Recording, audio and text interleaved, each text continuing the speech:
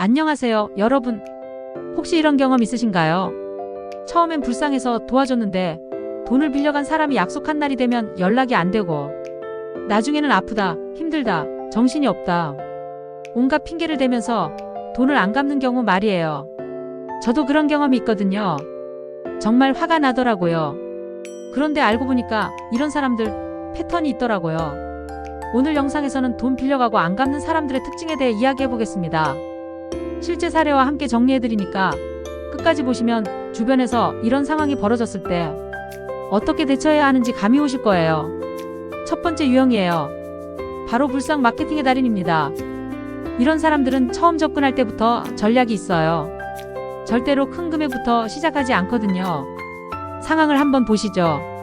직장 동료 김철수 씨가 있다고 가정해 볼게요. 어느 날 김철수가 한숨을 푹 쉬면서 다가와요. 야, 나 이번에 병원비가 너무 많이 나와서 혹시 10만 원만 빌려줄 수 있을까? 월급 들어오면 바로 갚을게. 듣는 사람 입장에서는 어떻게 생각하겠어요? 아, 많이 힘들겠구나. 10만 원 정도야 뭐 어려운 일도 아니고. 이렇게 되는 거죠. 여기서 포인트는 뭐냐면 이 사람들이 내세우는 이유가 정말 거절하기 미안할 만한 것들이에요. 병원비 약값, 급한 생활비, 카드값 연체, 이런 것들 말이에요. 들으면 아, 정말 어쩔 수 없는 상황이구나 싶은 거죠. 그런데 여기서 함정이 있어요. 이런 사람들은 이미 다른 사람들한테도 똑같은 말을 하고 다닌다는 거예요. 나중에 알고 보면 김철수가 어한테는 병원비 때문에, B한테는 카드값 때문에, C한테는 생활비 때문에 이렇게 다 다른 이유를 대면서 돈을 빌리고 다니는 거죠. 두 번째 유형은 잠수 전문가입니다. 이 사람들의 가장 큰 특징은 뭐냐면 돈을 갚기로 한 날에 딱 연락이 안 된다는 거예요. 월급날이 됐어요. 김철수가 월급 들어오면 바로 갚을겠으니까 당연히 연락이 와야겠죠. 그런데 하루 종일 연락이 없어요. 그래서 전화를 해보니까 안 받아요. 카톡을 보내도 일이 안 사라져요. 읽지도 않는 거예요. 며칠이 지나서야 아, 몸이 안 좋아서 연락 못했다, 이런 식으로 연락이 와요. 여기서 중요한 건 이 사람들은 돈 갚는 걸 선택사항으로 여긴다는 거예요. 즉, 내가 연락을 안 하면 그냥 넘어갈 거라고 생각하는 거죠. 실제로 제가 아는 분이 이런 일을 겪었는데 그 사람이 하는 말이 가관이었어요. 아, 깜빡했다. 요즘 정신이 없어서. 깜빡했다고요? 자기가 남한테 돈 빌린 걸 깜빡한다고요? 이게 말이 됩니까? 세 번째 유형, 핑계 제조기입니다. 이 사람들은 정말 핑계가 끝이 없어요. 한 달에 한 개씩은 새로운 핑계가 나와요. 첫 번째 달 약 먹고 쓰러져서 깜빡했어. 두 번째 달 카드값이 다 빠져나가서 이번 달은 좀 힘들다. 세 번째 달 정신이 너무 어지럽고 답답해서 계좌이체할 정신이 없었어.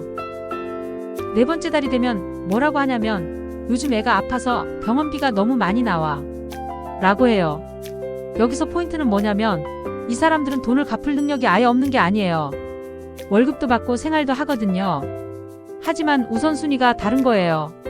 자기 지출이 먼저고 빌린 돈은 나중에 갚아도 되는 것 정도로 여기는 거죠. 제가 실제로 본 케이스가 있어요. 어떤 분이 동료한테 50만 원을 빌려줬는데 그 동료가 계속 핑계를 대면서 안 갚더라고요. 그런데 그 동료가 SNS에 뭘 올렸냐면 새로 산 명품 가방 사진이었어요. 50만 원 넘는 가방을 사면서 빌린 돈은 안 갚는 거예요.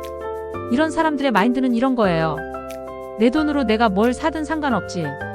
빌린 돈은 언젠가는 갚지 뭐. 이런 식이에요.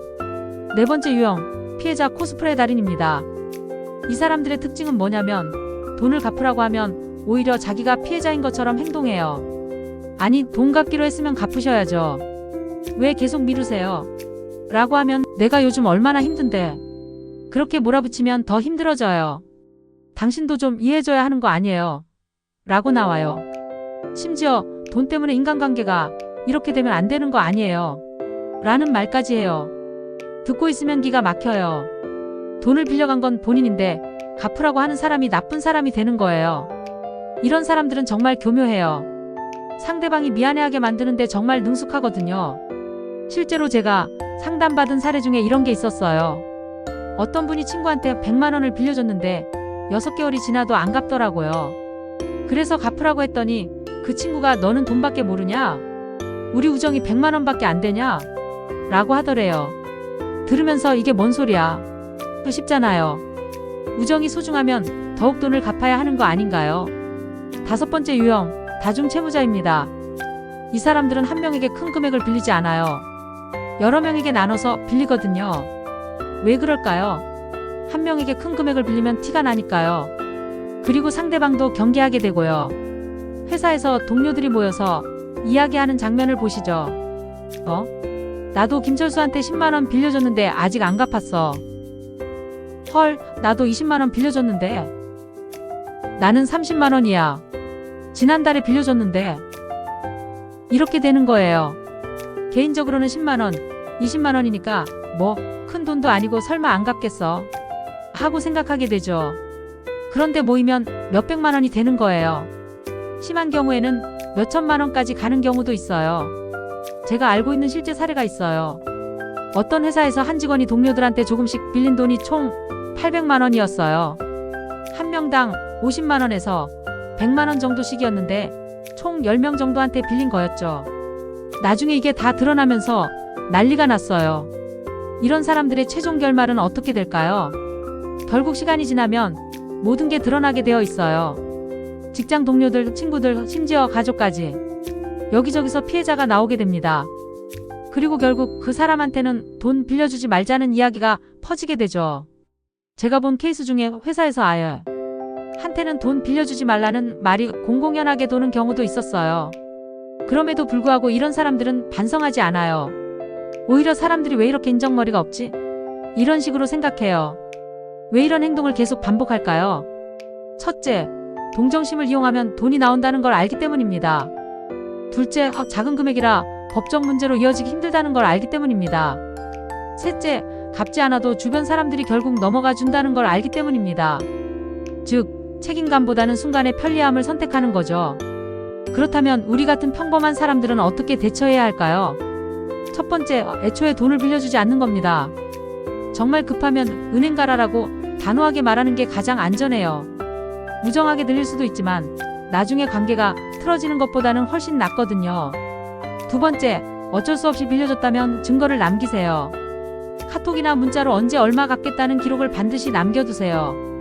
가능하면 간단한 차용증도 받아두고요. 세 번째, 여러 사람이 피해를 입었다면 공동 대응하세요. 각자 따로따로 대응하지 말고 함께 모아서 상황을 공유하세요. 그래야 상대가 한 명만 속이면 된다는 생각을 못합니다. 네 번째, 법적 절차도 고려해보세요. 소액이라도 반복된다면 내용 증명 발송이나 소액 민사소송을 고려할 수 있어요. 법적 절차를 거론하는 것만으로도 태도가 달라질 수 있거든요.